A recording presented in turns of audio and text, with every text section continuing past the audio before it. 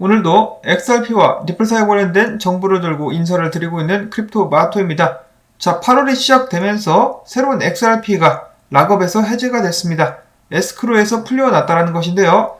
5억 개 그리고 4억 개가 풀리면서 9억 개가 기어 나왔고, 그 상황에서 4억 개가 다시 락업, 3억 개도 다시 락업. 그런데 또 재미난 상황이 발생한 것이 XRP 2억 개가 에스크로 월렛에서 알 수 없는 지갑으로 이체가 됐다라고 합니다. 자, 그리고 3억 개 역시 에스크로 지갑에서 리플사로 이동을 했다라고 하네요.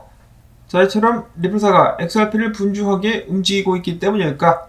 커뮤니티에서 다시 한번 정체를 알 수 없는 괴소문이 퍼지고 있다고 합니다. 이것이 무엇이냐?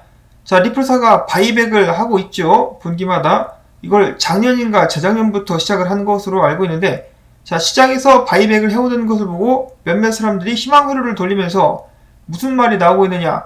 거래소에서 XRP가 모자라다. 그래서 조만간에 가격 폭등이 올 수 있다는, 또 되도 않은 근거가 없는 이런 찌라시가 돌고 있다고 합니다. 자, 이를 들은 크립토엘이 어처구니가 없다는 듯이 웃으면서 이야기를 합니다. 자, 이것도 뭔 개소리냐? 좀 정신 좀 차려라 니네.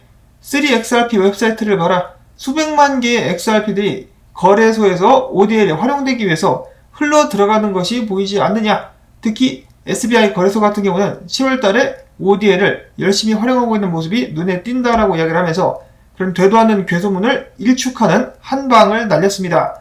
자, XRP가 거의 다 떨어져가지고 거래소에 물량이 없다. 도대체 이런 생각은 어떻게 해야 할 수 있는 것인가?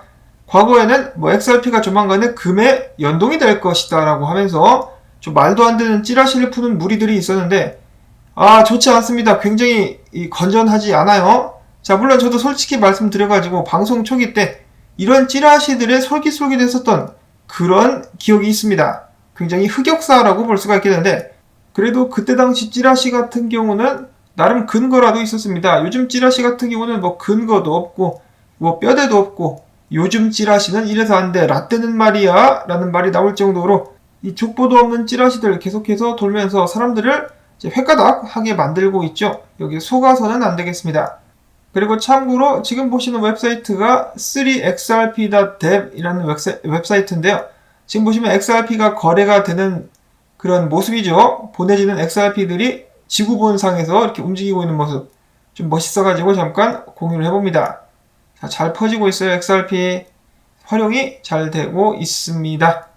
다음으로 얼마 전에 리플사가 캐나다 쪽에 사무소를 건설하고 여러 인력들을 채용하겠다라고 밝히면서 파티도 했었죠. 드디어 그 캐나다 사무소가 문을 열었다라고 합니다.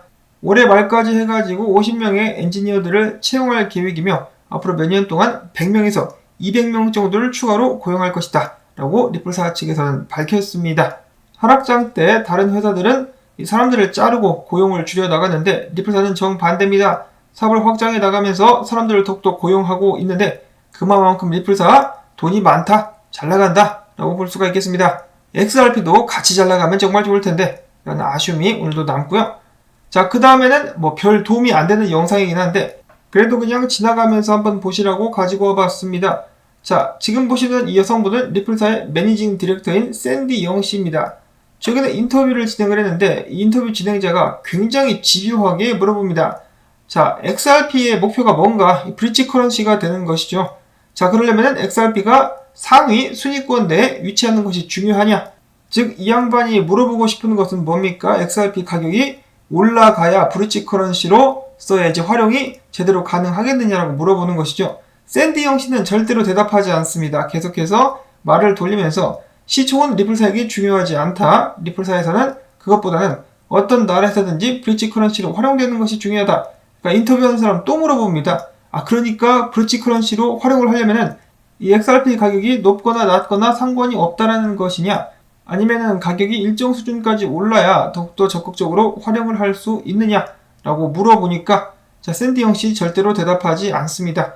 몇 번이나 말하지만은 이 XRP 가격은 리플사에게 있어서 가장 중요한 우선순위가 아니다. 절대로 아니고, 리플사의 우선순위는 고객 만족, 고객들을 위해서 고객들이 편안하게 XRP를 브릿지 커런시로 활용하게끔 하는 것이 우리의 목표다라고 이야기를 합니다. 자, 그러니까 절대로 대답을 하지 않는 것이죠. 여기는 이 인터뷰하는 사람, 제가 봤을 때는 XRP에 많이 물린 것이 아닌가, 그래가지고 XRP 가격에 대한 대답을 좀 이끌어내려고 하는 것이 아니었나라는 생각이 드는데요. 지금 소송이 한창 중에 있는데 XRP에 대한 가격에 대해서 말을 함부로 할 수 없는 것이 당연한 것이고요. 만약에 소송 중이 아니라 할지라도 함부로 가격에 대해서 이야기를 하면 안 되죠.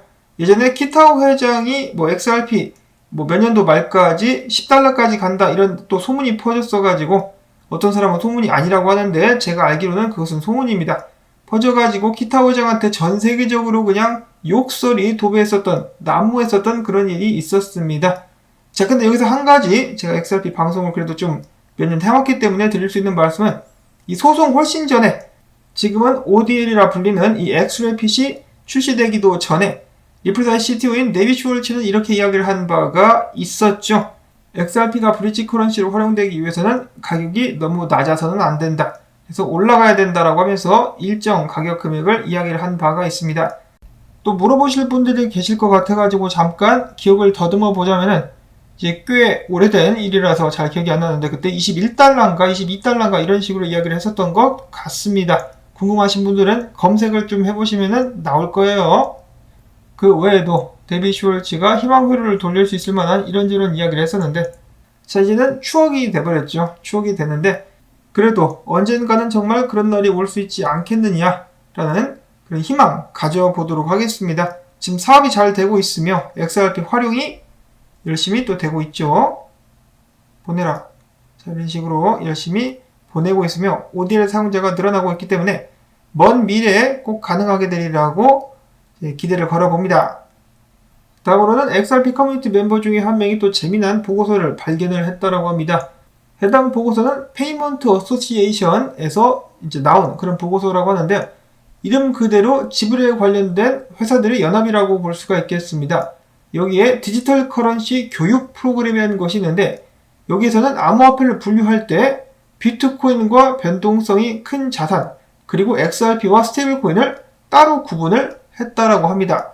자, 무슨 말이냐?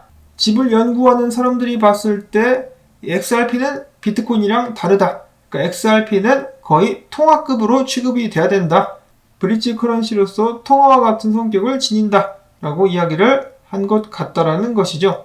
자, 그게 아니라면은 XRP는 가격 변동이 많이 없기 때문에 잘 안 오르는 코인이다. 스테이블 코인이다라고 조롱하는 것일 수도 있겠으나 그건 아니겠죠. 설마 조롱을 하겠습니까? 자, 아무튼 이런 식으로 성격을 달리 해가지고 분류를 하고 있었다라고 하네요. 한때 미국 금융 단속국으로부터 이 핀센으로부터 통화 인정을 받기도 했었던 XRP 지금은 SEC와의 소송전 때문에 길을 못 펴고 있지만은 이 소송이 끝나는 대로 전 세계적으로 적극적으로 활용되는 모습이 연출될 수 있기를 바라봅니다. 자, 근데 이 소송 언제 끝날까요? 자, 그리고 XRP 가격이 정체를 빚고 하락장에 다다르게 됨으로써 지금 많은 사람들이 또 화가 나는 것이 보여지고 있습니다. 리가도 욕을 하고 리맨도 욕을 하는 그런 이 욕쟁이 세상이 오고 있는데 이럴 때일수록 마음을 차분하게 갖고 장기적인 투자 관점을 유지하실 수 있기를 바랍니다. 그리고 저 같은 경우는 그냥 말씀을 드리죠. 익절 구간 오면은 조금씩 익절해가지고 이 재미를 한번 느껴보시라고. 익절하면서 그 돈으로 맛있는 것도 사 먹고 해야 이 투자를 오래 할 수 있습니다. 여러분들의 멘탈 관리를 위해서라도 나중에 또 익절 구간이 오게 된다면은 조금이라도 익절하실 수 있기를 바라면서 오늘 영상은 여기서 또 마무리를 짓도록 하겠습니다. 오늘도 다름없이 토마토맛 살려주기 운동 광고 영상 봐주기 한 편만이라도 마지막까지 틀어주기 부탁을 드리면서 저는 다음에 새로운 소식 가지고 인사를 드리도록 하겠습니다. 안녕히 계십시오.